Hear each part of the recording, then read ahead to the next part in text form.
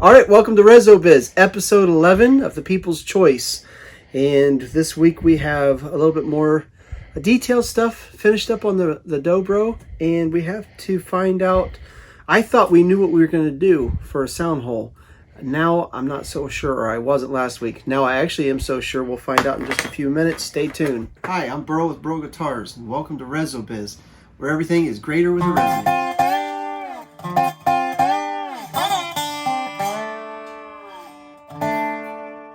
All right, for the reveal, which one are we going to go with when we put sound holes in the top of this resonator? We had decided between F holes and the round sound holes, and then somebody decided, hey, maybe we should do some stuff with wood, and now we've got all sorts of other options, even more that we'll have to decide on in the future. But what was decided on last week is whether we're going to have the chrome or the steel round holes, or we're going to do cutout holes and use wood. And it was voted on this week that we would use wood. And so we're going custom, which I am very thrilled about, actually. So fun, here we go. So I want to give you a little bit of an update where we're at. We have the top on this guitar. We've chosen the spalted maple. We've got the sides obviously all bent, and we got a sound forward hole in. One of the episodes, kind of where I last finished up with this guitar, is I was sanding and smoothing the sides up. So that's done. The inside's really smooth, really nice. Now I need to get some side braces. These pieces go in. I cut them to length and I put them in the sides here like this. Then we have a wonderful choice was made for the spalted maple head plate. We're gonna glue that on. I have this. We've got this fretboard cut out, and then we had this. And I'll be honest, the weeks are flying by so fast. I don't know where we're at right now with what's been decided, and I don't want to say. Some things I know ahead of time, some things I don't, and I believe we had a decision on white or maple frets. And I can't remember for the life of me right now whether we decided on it or not. So anyhow, I'm not going to say anything because I think I know what it is. But anyhow, and then bound or not bound, that's all going on with this. This has that chocolate. Part was chosen, the chocolate in this fretboard. I love it. God did a nice job on this when he made this piece of wood. Isn't that a wild thought? Out there in Africa somewhere, this tree was growing. And, it's upright. And it's in a round shape, and there's these bits of I don't know what causes the streaks. Something was going, and then it got cut up and sent across the country, and now I've got it, and we've chose it, and it's going to be on a guitar now. And you never would have been able to see this color except somebody cut it up. We've planed it down, and now it's just going to be a beautiful piece on a guitar. And we had nothing to do with making this part. This was just God's work here. It's beautiful. He did a wonderful job. Same thing with this spalting. All this stuff just mesmerizes me thinking about it was growing in the woods, and how much neat stuff is out there. We don't see it. We just get to hunt for it and figure out how to really show it off is what we're doing.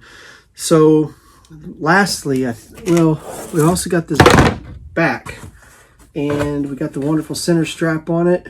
I felt it. And I just didn't like the feel of it, and so I run it through the thickness sander again, just to get it a little more where I like it. But we want to work on maybe trying to get a center strap on that, and then if I got time, I would love to get to the holes. I've gotten so much ideas from not just mine, but people have been giving me ideas. Even just yesterday, I had a customer in here who's watching he's part of the People's Choice, a great big part of it. And he had some ideas about doing some different things. And it has my mind spinning. I could quit everything and work on those only. It's like the candy to everything that I do on guitars. I enjoy the new ideas and working on stuff. So I'm thinking I'm going to work on a prototype, just something to put in a piece of wood, and we'll try it out and see it. Few ideas to work there. So lots to do. Let's get to it. Let's get a head plate glued on. So I'm just checking this thing for square. And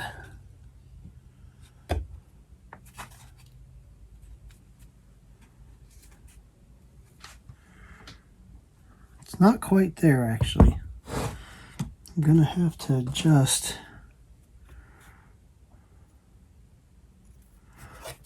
one side of it. So when I put this edge up against the nut, square and flat, it actually is kicking the center of this off the center of the head a little bit. So what I gotta do is I gotta, looks like, sand this side a little bit down. So I'll do that and I'll bring it back. All right, so I've put this thing up there. I get it nice and snug against, this is a nut that I use every time when I'm doing these. I actually just put a little bit of glue on it to hold it dead center. I got them line on it. I could put it to that line, and I check it down here, and my lines are matching up, so I know I'm good and square. So let's get some glue on this thing.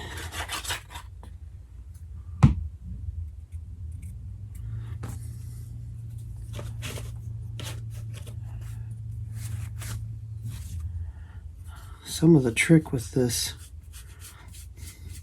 gluing it up is not to put too much on, because you do, and then it's like slimy and it slides all over the place. It's a pain in the neck.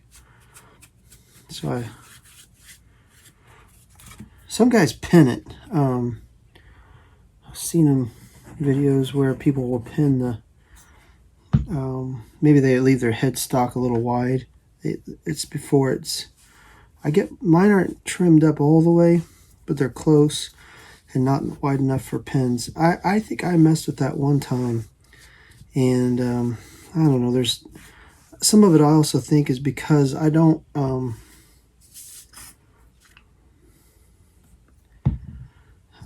some of them are just they put on a straight piece of black ebony across the whole thing, and it's not book matched. And since I'm book matching them, meaning I've got a center line, I'm trying to get both sides to match pretty close. It's got to be center, and because of that, it makes, I've found, for the way I was doing it, pinning it more complicated. So I worked out a different system. But I can still have it slide all over the place on me if I'm not careful. I did one yesterday and I had, I think, too much glue on it. And it was, every time I clamped it, it moved. I had to get the clamps just so. Thankfully, I actually had somebody helping me. So I had 4 sets of hands. Let's see what that looks like. All right. There's one job down. All right, now I've kind of got my marks. I think you can see it. There's one, and then there's 4 of them because I have 4 braces. And what I'm going to do is put these kind of in line with where the braces will go with the back, but they're going on the side. And what it does is it strengthens the side so that if it gets tapped or whacked or something, it can't crack out as easy. I do have a video where, regardless of the fact that I put the side pieces on, it was dropped on a tile floor and it cracked the whole side of one of my guitars. And I actually just put it on, we bought new sides for it. I took the neck off, I put it on table saw, and I cut it in half. I just put it like this and just zipped it around the table saw. It was a sad day. I never cut a guitar in half before, but this kind of prevents it from doing it so easy. Unfortunately, it didn't stop that one completely, but it didn't crack both sides, but I had to replace both sides, so it didn't matter. All right, here we go.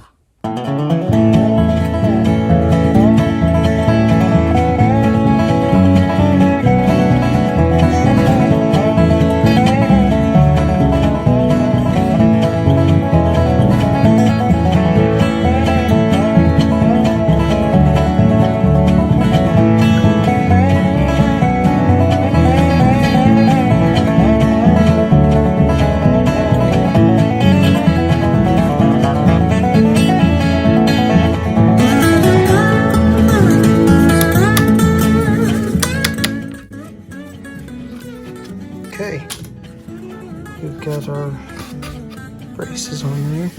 And I don't put any up there because the center forward hole's doing that job. Now there's supposed to be some braces up in the top, but I don't know what we're doing just exactly yet.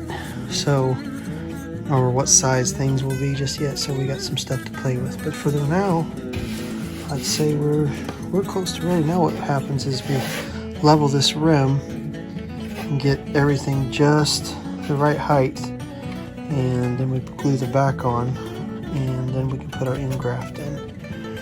So that's where we're at with this thing. Okay, so to our back now. You know you've got a pretty good joint when you do that book match joint, when you can't quite find the center or where you joined it up. And I am fighting to see it because I run it through the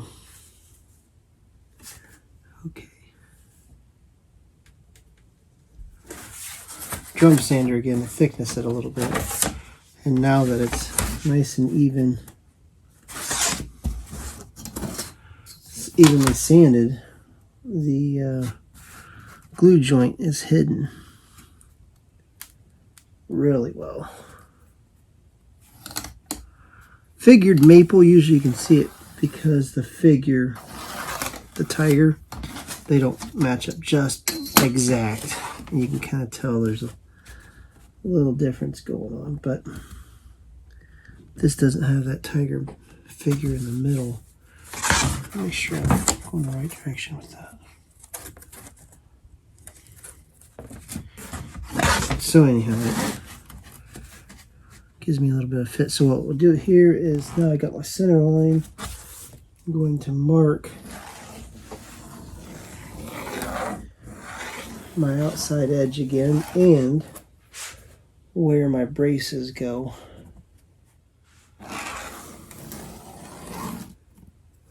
And then we have, there, now we have it. Can you see those lines in the picture? Now we've got this marked out where everything's going to go. I'm going to put my center brace in, and then we'll have to cut out for the braces that go across. All right.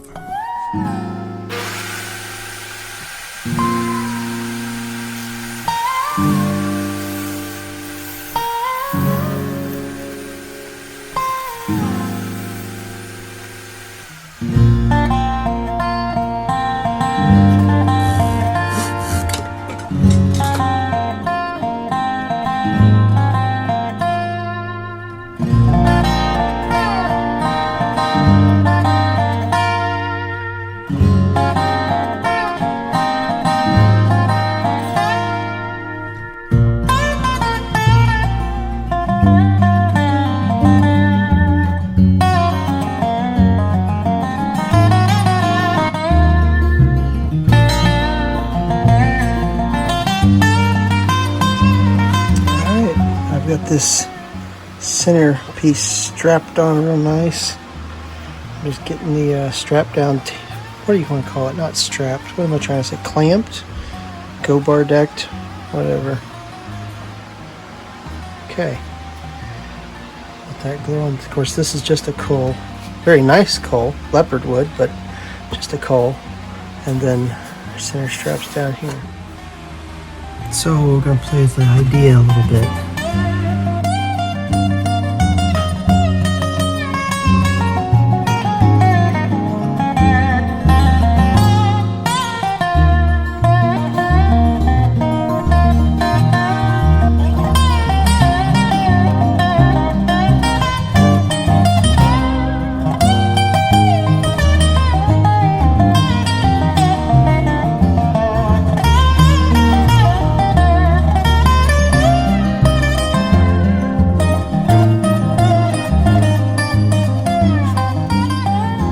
So I know it kind of looks like I'm making a bullseye here, but to try to measure it out evenly, I got my crosshairs there, but this is our center line, or center to what we already have. I'm thinking it ought to be made a little bigger. And then, so maybe the hole would be bigger, and then the reason for that would be to give me, if we put the screen mesh stuff in the center, screen mesh, the wood screen, I guess I'm calling it, it takes up space to have those ovals, or however, whatever design we do. Because we made it bigger, it would compensate by still letting out, trying to get close to the same volume of space to let the air come out. So if we was to make it bigger and then we put the lines through it, it's close to the same square cubic inches of space coming. I don't know about cubic, but square space, inches of space for the sound to come out. All right, so, but then the idea is, excuse me, will this look retarded being that much bigger? So we're definitely bigger sound holes overall. If I'm making a sound hole ring and doing this, so there's a couple different things we gotta play with the idea on. So that's why we're gonna test. All right, I hope you liked the video. This week there won't be a choice. We've got most things, a lot of things chosen. There's still quite a few things to decide on, but I'm just going to wait till we get to them. There's a lot of putting together to do right now, and a lot of choices have already been made. So one of the things that has been made is I gotta work on our piece that we're doing here. I have my maple somewhere, but I'll be cutting out probably next week, working on the sound hole for the top. They're sound holes, and making them out of wood. And then there'll be more choices to come with that, I'm sure. Also, I wanted to say, sadly, there will be no IBMA this year. At least not, it'll be virtual, but there will be no, I won't be going to IBMA because they aren't having it, so that I can go to it and everything, so we can all meet up and play this guitar. So I will be doing an auction still about the 1st of October, and I'm actually trying to work out some way to maybe meet in Tennessee if people wanted to do that in like a Pigeon Forge area. That's not 100% yet. I'll keep you updated, but sadly I do have to announce that there will be no going to the IBMA, but we will still be auctioning it off come to the end of the year. Looking forward to getting this done, and well, I'm looking forward to getting in the hands of somebody by the end of this year too. If you like the video, subscribe. If you haven't done already, hit the like button, and check us out on byrlguitars.com if you want to see more of our guitars. Thank you for watching.